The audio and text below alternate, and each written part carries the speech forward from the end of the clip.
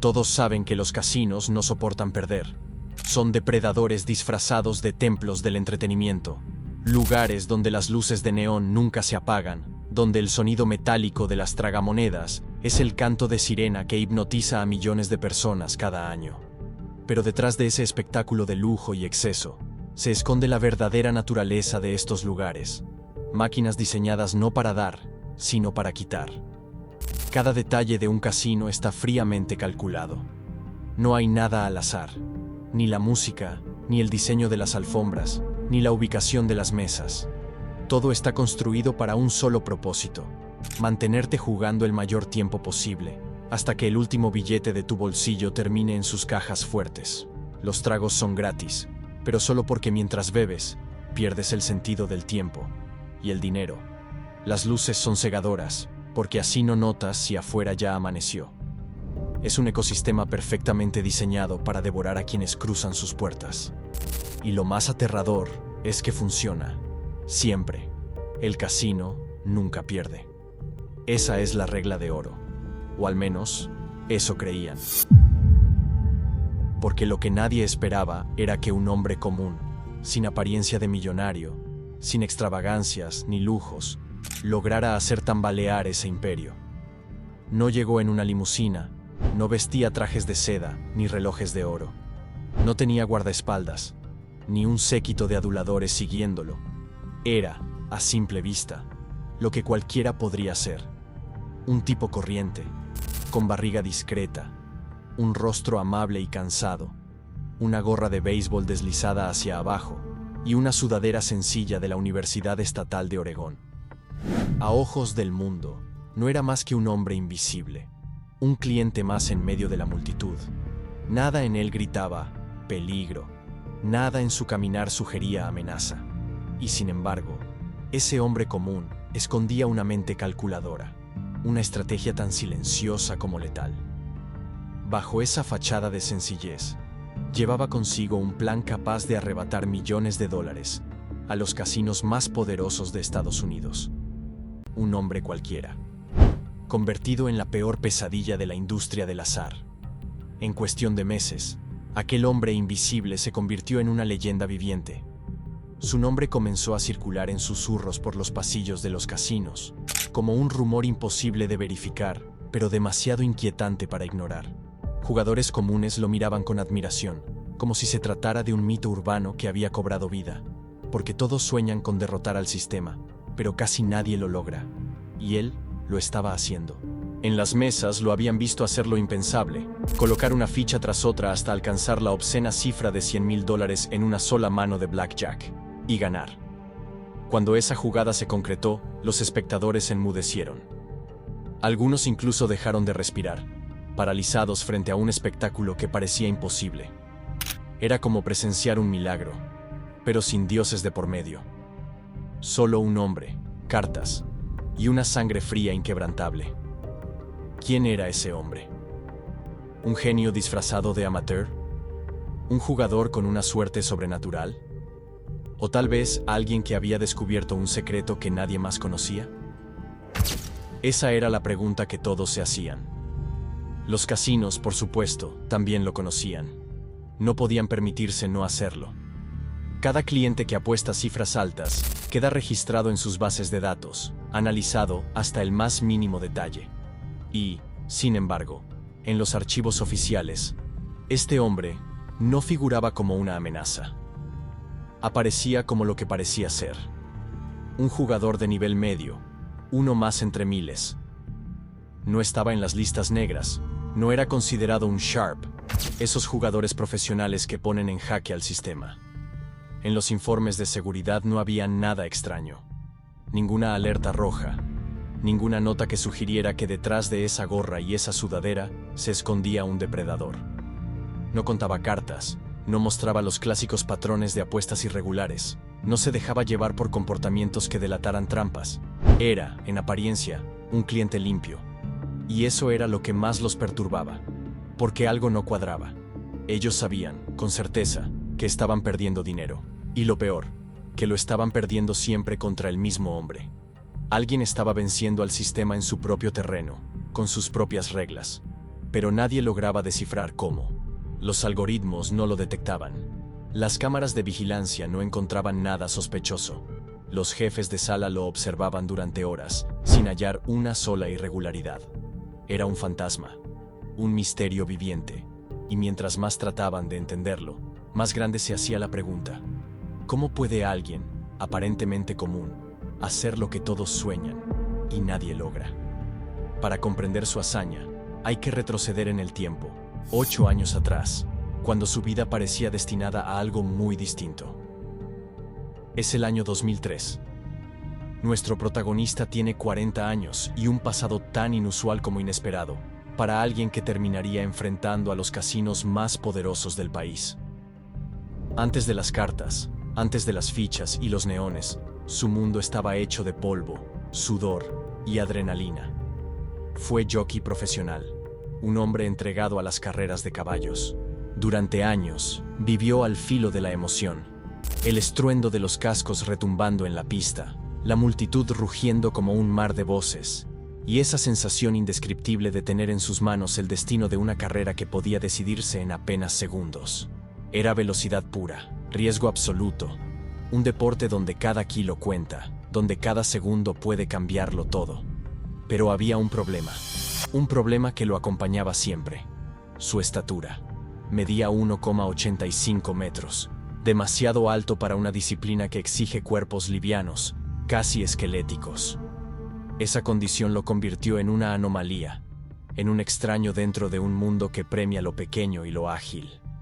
Mantenerse dentro del peso permitido fue, poco a poco, convirtiéndose en una tortura.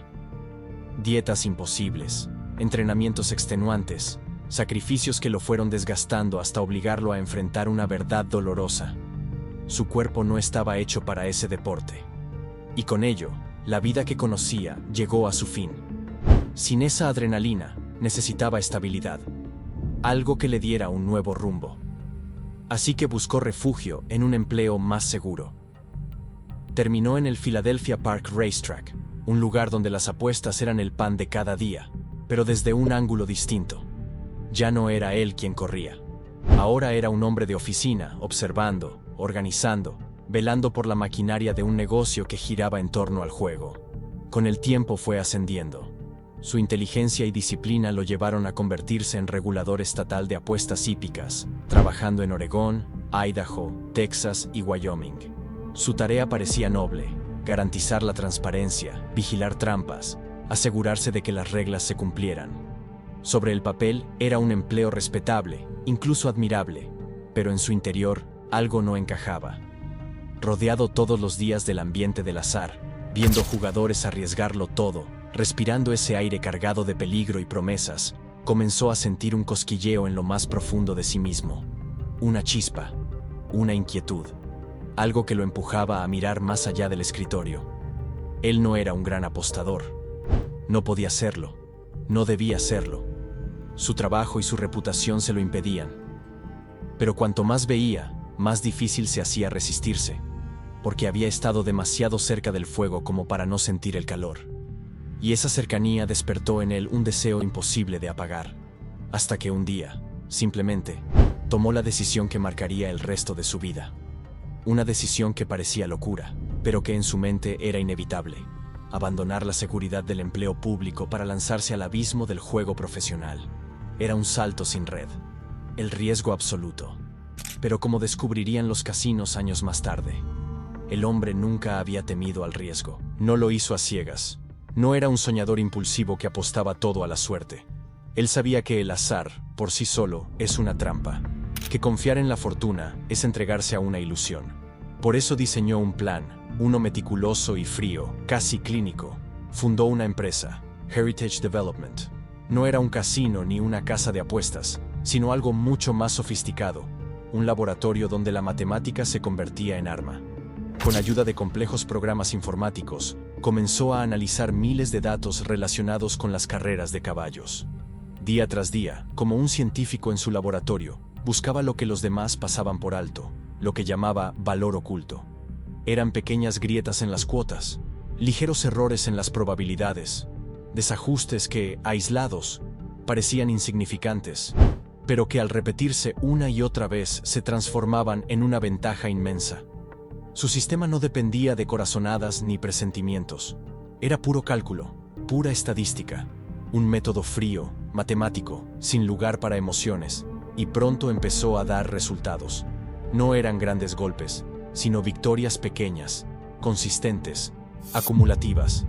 Pero en el mundo del juego, esas son las que realmente importan. Lo que él no sabía era que ese entrenamiento silencioso, esa obsesión con los patrones invisibles y los algoritmos, estaba preparando el terreno para algo mucho más grande. Descubrir un vacío legal en el corazón del blackjack. Una puerta escondida que los casinos jamás imaginaron que alguien como él podría abrir. Con parte de sus ganancias empezó a visitar casinos, al principio con la misma curiosidad de un turista cualquiera. No buscaba lujos ni deslumbrarse con las luces. Iba en busca de algo más simple, poner a prueba su mente. Entre las muchas opciones, eligió una mesa en particular, un juego que todos conocían, pero que pocos comprendían de verdad: Blackjack. A simple vista parecía un juego fácil, casi infantil. El objetivo era claro: acercarse lo más posible al número 21 sin pasarse, y al mismo tiempo vencer al croupier. 2 cartas para empezar, la opción de pedir más o plantarse, la tensión creciendo con cada movimiento. Pero detrás de esa aparente sencillez se escondía una maquinaria estadística implacable.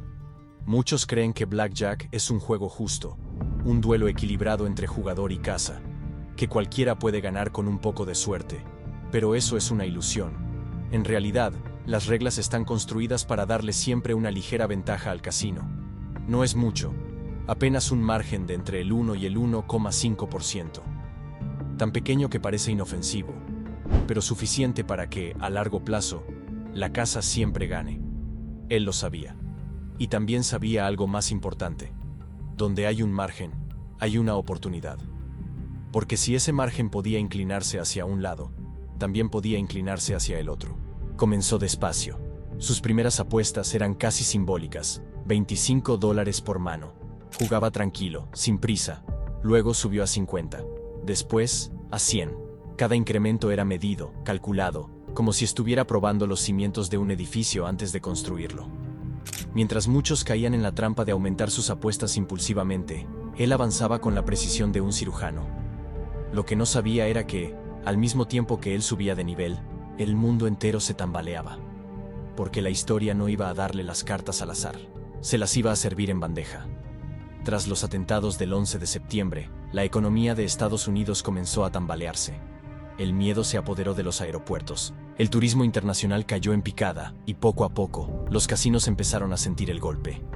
Las mesas ya no estaban tan llenas, las tragamonedas no sonaban con la misma frecuencia, y los grandes apostadores extranjeros dejaron de volar hacia Las Vegas y Atlantic City.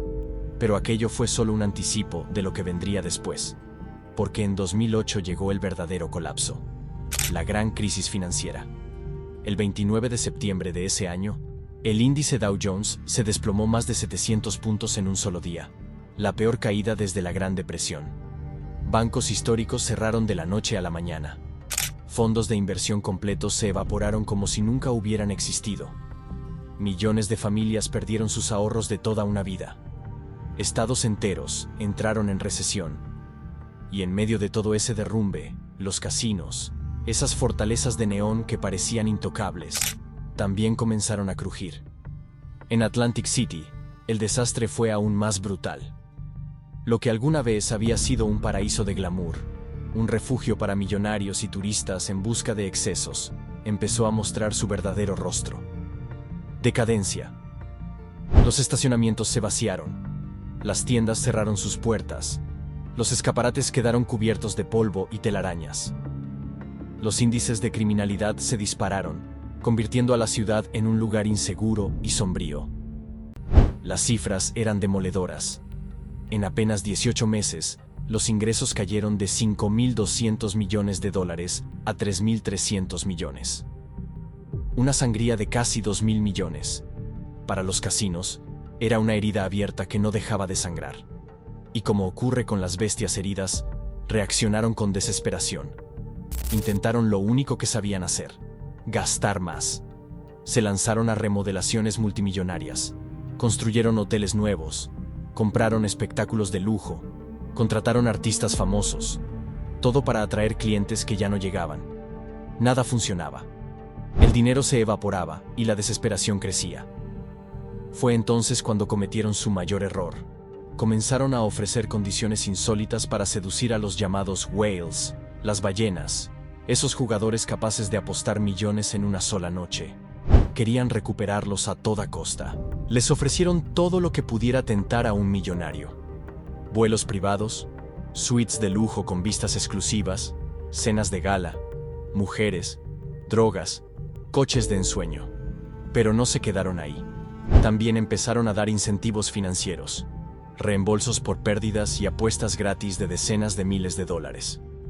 Todo para que esas ballenas se sentaran en sus mesas y dejaran allí su dinero. Y allí, en esa grieta nacida de la desesperación, fue donde él vio la oportunidad. Mientras los casinos creían que estaban comprando la fidelidad de los millonarios, lo que realmente estaban haciendo era abrir una puerta que jamás debieron abrir. Porque no atrajeron solo a las ballenas. Sin darse cuenta, habían atraído al depredador más silencioso y calculador de todos. Él. El hombre común con gorra de béisbol y sudadera corriente. El jugador que no parecía una amenaza. El desconocido que estaba a punto de usar la codicia del propio casino en su contra. Durante meses jugó un papel que requería paciencia infinita. Sabía que no podía precipitarse, que el verdadero premio no estaba en las ganancias inmediatas, sino en la atención del enemigo. Así que comenzó a presentarse en los tres gigantes de Atlantic City: el Borgata, el Caesars y el Tropicana. No entraba con estridencias ni buscaba llamar la atención con lujos superficiales. Su arma era más sutil: las fichas. Al principio sus apuestas eran discretas, pero firmes. $1,000 por mano. Una cifra respetable, suficiente para que los jefes de sala lo notaran, pero no tanto como para levantar sospechas. Con el tiempo, como quien va tejiendo una trampa invisible, subió a $5,000 por apuesta. No lo hacía para enriquecerse todavía, sino para sembrar la ilusión de que estaba dispuesto a arriesgar. Su objetivo no era ganar, era construir un personaje, mostrarle a los casinos que estaba preparado para moverse en ligas mayores, que merecía un asiento en la mesa donde se jugaban las verdaderas fortunas. Lo que buscaba era ser invitado al círculo exclusivo de los High Rollers, ese terreno secreto donde las reglas no son las mismas para todos. Allí, donde los casinos, cegados por su propia codicia, ofrecían condiciones especiales a los jugadores dispuestos a arriesgar millones. Finalmente, en 2010, el momento llegó. El Tropicana lo llamó. La invitación que había esperado durante meses estaba sobre la mesa. Pero en los ojos del casino, él no era aún una ballena. No era un multimillonario capaz de arriesgar fortunas colosales en una sola noche. Lo veían como lo que llamaban un pez grande. Alguien dispuesto a apostar más que el jugador común, pero no tan peligroso como para representar un riesgo real. Para ellos, era carne fresca. Un cliente prometedor al que podrían exprimir poco a poco hasta vaciarlo. Lo que no sabían era que él llevaba meses preparándose en secreto, mientras ellos lo observaban como a un ingenuo que apenas se asomaba al mundo de los grandes apostadores. Él se reunía a puerta cerrada con un grupo de matemáticos de élite, doctores en estadística, expertos en teoría de juegos, profesionales capaces de desmenuzar el blackjack hasta el último decimal. Juntos analizaron el juego carta por carta, regla por regla. Diseccionaron cada escenario posible hasta encontrar los puntos débiles del sistema, y lo lograron. De esas reuniones clandestinas nació un plan. Una lista de condiciones especiales que, negociadas con el casino, podían cambiarlo todo. A simple vista, eran modificaciones pequeñas, casi inocuas, que los gerentes aceptarían sin pensarlo demasiado. Pero combinadas con las promociones de reembolsos y apuestas gratis, se transformaban en una bomba silenciosa capaz de borrar la ventaja del casino. Las condiciones eran precisas: que el croupier se plantara en un soft 17, obligándolo a detenerse en jugadas que normalmente le darían margen de maniobra. La posibilidad de dividir pares hasta 4 veces, multiplicando las oportunidades de explotar manos favorables. El derecho a doblar apuestas en situaciones prohibidas por las reglas tradicionales, convirtiendo en oro escenarios que antes eran neutros. E incluso el uso de señales de mano personalizadas que, si pasaban desapercibidas para el croupier, anulaban la jugada y le regalaban otra oportunidad. A estas reglas, que parecían simples caprichos de un jugador con dinero, se sumaban los incentivos de un casino desesperado, reembolsos del 20% en pérdidas y apuestas gratis de hasta $50,000. El Tropicana aceptó sin sospechar que lo que acababan de firmar no era un acuerdo, sino su sentencia. El Tropicana aceptó, convencido de que era un negocio seguro. A sus ojos, aquel hombre era apenas un jugador más con dinero en los bolsillos y una leve afición al riesgo. Lo que no comprendieron hasta demasiado tarde fue que, en realidad, le habían entregado las llaves de su propia caja fuerte. La primera gran batalla ocurrió en diciembre de 2010. Esa noche, él entró al Tropicana como siempre lo hacía, sin hacer ruido, sin deslumbrar a nadie. No vestía un traje llamativo, ni llevaba joyas relucientes. No pidió champán ni un whisky de cientos de dólares. Su orden fue tan simple como desconcertante: agua y un vaso de jugo de naranja. Todo en él gritaba cliente común. Pero detrás de esa apariencia modesta, estaba a punto de desatar el caos. Se sentó en la mesa de blackjack y comenzó a apostar fuerte, $100,000 por mano. El ambiente se tensó de inmediato. Los croupieres, que ya lo conocían como un jugador medio, empezaron a sudar.